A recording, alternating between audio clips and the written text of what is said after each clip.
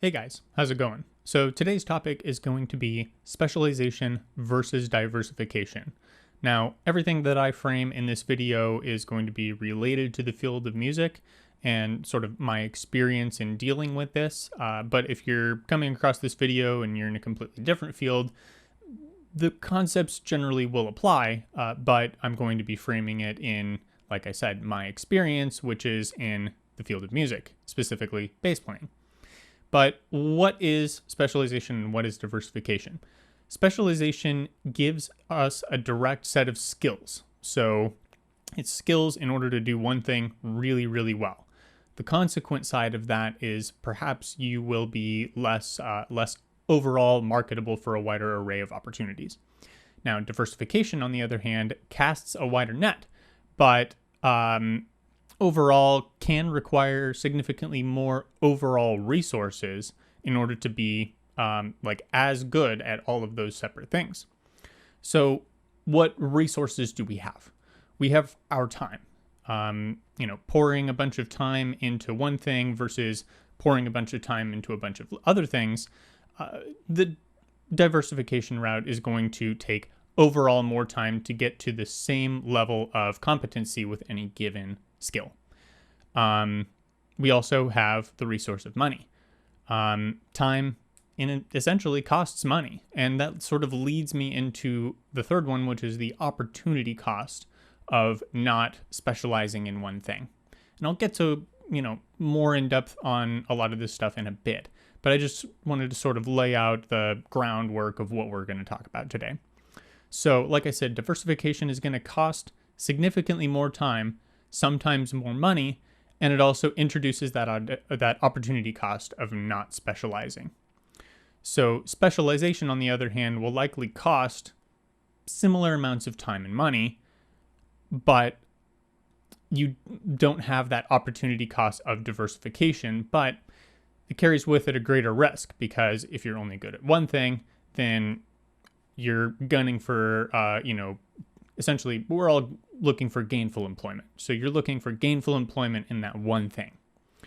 And casting a wider net, on the other hand, increases your number of potential opportunities and contacts and avenues for progression, and ultimately avenues for a career, gainful employment.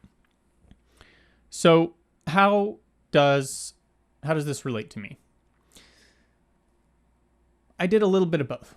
So going back, if you watched my other video that I did, and I kind of went into detail about my classical upbringing and where that, how that led into what I do now. I started out as a classical pianist, and I would consider what I did from age 5 when I started all the way up until arguably age 16 as I was a specialist.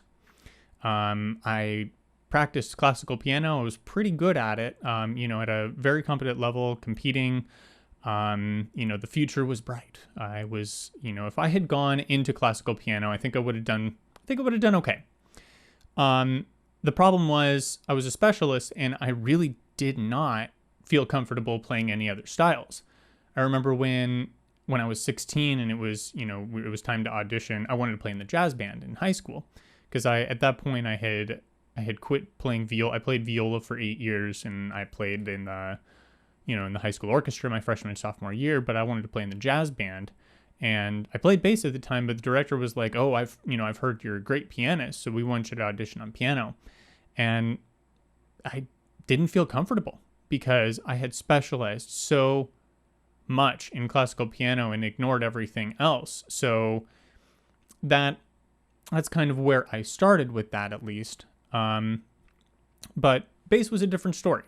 This was a new frontier. I started bass, playing in a rock band with my friends in middle school, and we didn't read music. We were free from that kind of thing, and bass is just one of those instruments that sort of needs to be in just about every genre of music. And so I found myself in a lot of different situations.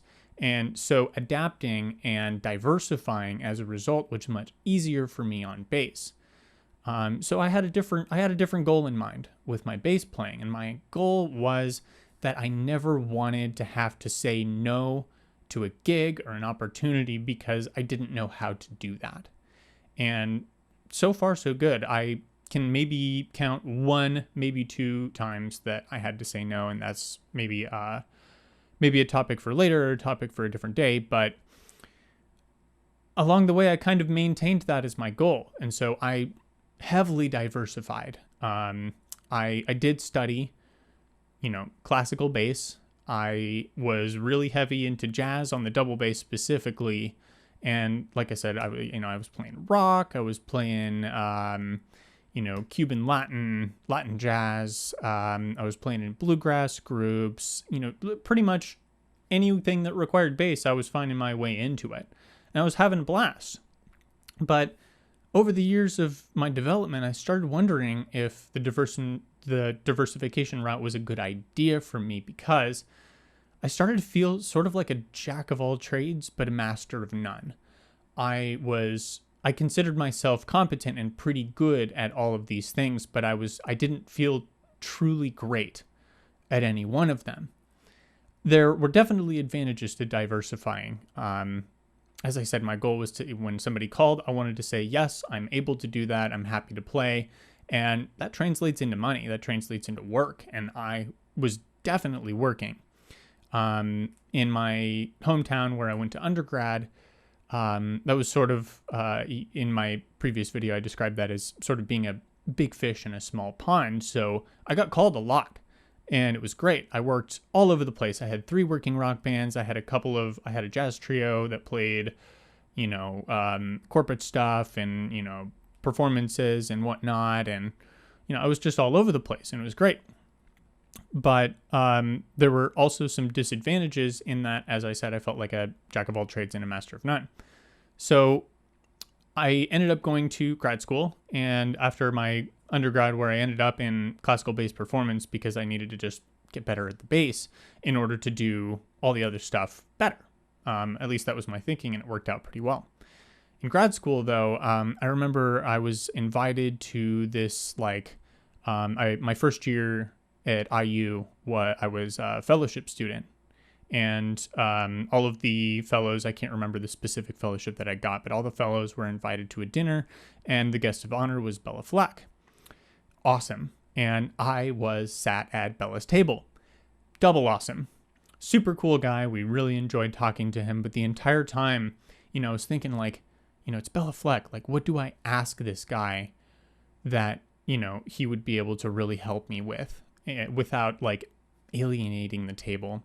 So I sat on my question. Finally, near the end, it seemed like things were going to wrap up, and I finally was just I have a question. And I asked him, I said, I'm a diverse player, and I have experience in a lot of different genres. And, Bella,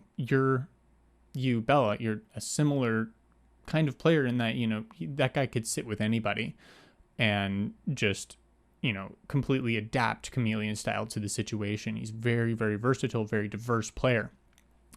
And I asked him, and, I said, I'm starting to feel kind of uncomfortable with it because I feel like the opportunity cost of not specializing is too great. And he had this really great analogy for me. He said something, he thought about it for a second, and he said that, all of the skills that we have as musicians is sort of like a garden. So you've got your garden plot, and, you water some over here and you water a little bit over here. So specializing is watering this one corner of the garden and really tending all your time to that one corner. So you're going to cultivate that one corner into the most brilliant garden you've ever seen, while other parts are going to be essentially dirt patches. However, when you diversify, you can cultivate the entire garden if you so choose, but it's either going to be less growth than if you had put all of your cultivation efforts into one corner, less growth overall, or you're going to have to put that much more cultivation efforts into the entire garden in order to make the whole thing grow. And he did kind of leave it at that. And, I thanked him for answering my question, and, we parted ways and got a picture, and it was great. And I thought more about what he said, and the analogy was good. And so I decided that if I was going to, I needed to sort of make a choice. I had grown my garden up to a certain point that it was a decent looking garden, but I wanted that, award-winning cultivated garden that would have come about maybe sooner if I had cultivated just one corner. So what I ended up doing was I had one of my many existential crises in my life and didn't know what I wanted to do. I was in school for jazz studies at the time, and I thought that I wanted to, finish my degree and move to a big, metropolitan area. I wanted to go to like Chicago or, maybe even New York or something like that and go play jazz and freelance in all of these diverse skill sets that I had developed. But there was this nagging thing that I knew that I needed to, I felt, at least for me, I felt like I needed to specialize in something. And so that's kind of what my efforts over the last, when did I graduate? I graduated from Indiana in 2015. So that's the last 5 years that I have put into, I decided that I wanted to be truly great at classical playing, specifically orchestral playing. And so that's what I started cultivating that side of the garden, but I have also continued to maintain the rest of it. So that's more or less how it worked out for me. And I still use all of those skills in the other parts of the garden, and I don't regret it. I think that I would have gotten to, closer to my goal as a player had I not diversified, but I don't think it would have happened sooner, but I might not have discovered it in the same way, and I might not have ended up doing what I'm doing now. So anyway, so that's kind of my experience with specialization versus diversification. So if you're watching this and you're kind of maybe you're in a similar place, like you specialized and you want to diversify, or you diversified and you maybe want to specialize, or you're concerned about it, what should you do? I think it depends on what you perceive as your ideal career path. Is it, do you really have eyes for one thing? Or do you see yourself doing a lot of different things? And so I just had a discussion with a younger player that just graduated their undergrad about this sort of thing. Like, what should I do if I want to do a bunch of different things?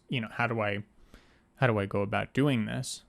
And we discussed it, and the best answer that I could give is the answer that I got from Dr. David Baker when he was still with us, and he would meet with all of the jazz students at Indiana once a semester for an hour. And I brought the similar question to him, and his thing was that you need to start thinking about goal setting. And that starts with, what's your goal for 1 month from now? What do you want to do? What's your goal for 3 months from now? What's your goal for 6 months, 1 year, 3 years, 5 years, 10 years? Thinking down the road of 10 years from now, if you had exactly what you wanted, what would that look like? And then start to walk back from that. And that will help you to understand more about what you need to be doing right now.